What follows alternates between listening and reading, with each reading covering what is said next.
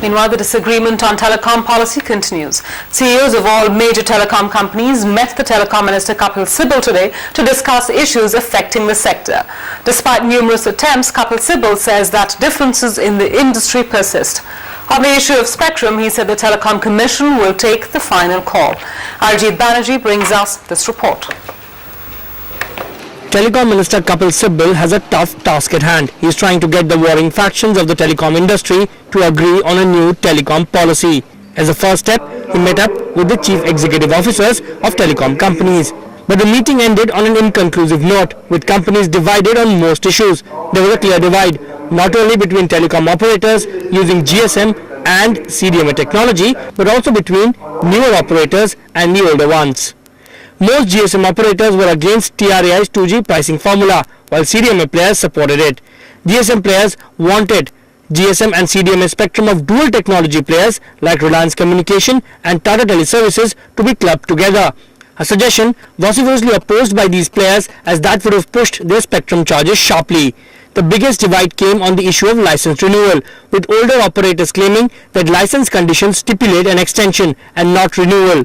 Renewal could mean that older players like Bharti and Vodafone will not only have to seek fresh spectrum allocation but also pay for it. While GSM operators opposed any cap on spectrum owned by a company, newer players were all for it. Older GSM operators also opposed vacating spectrum in the 900 MHz band, which the telecom regulator TRAI has claimed is more valuable than 3G spectrum. Those differences do persist, and therefore my expectation is that the leaders of the industry must come together and iron out those differences and suggest to us a roadmap for the future. But all hope may not be lost. With the government keen on ending the infighting in the telecom sector, top industry leaders may meet again soon to try and resolve these differences. Moreover, the government was also able to get industry approval on certain key issues, like separating license from spectrum and bringing about easier merger and acquisition policy. Look, it needs to be a level playing field, and that's what matters. And that's what we've been, as an operator, demanding to say, make it a level playing field. It doesn't matter what the government recovers out of this.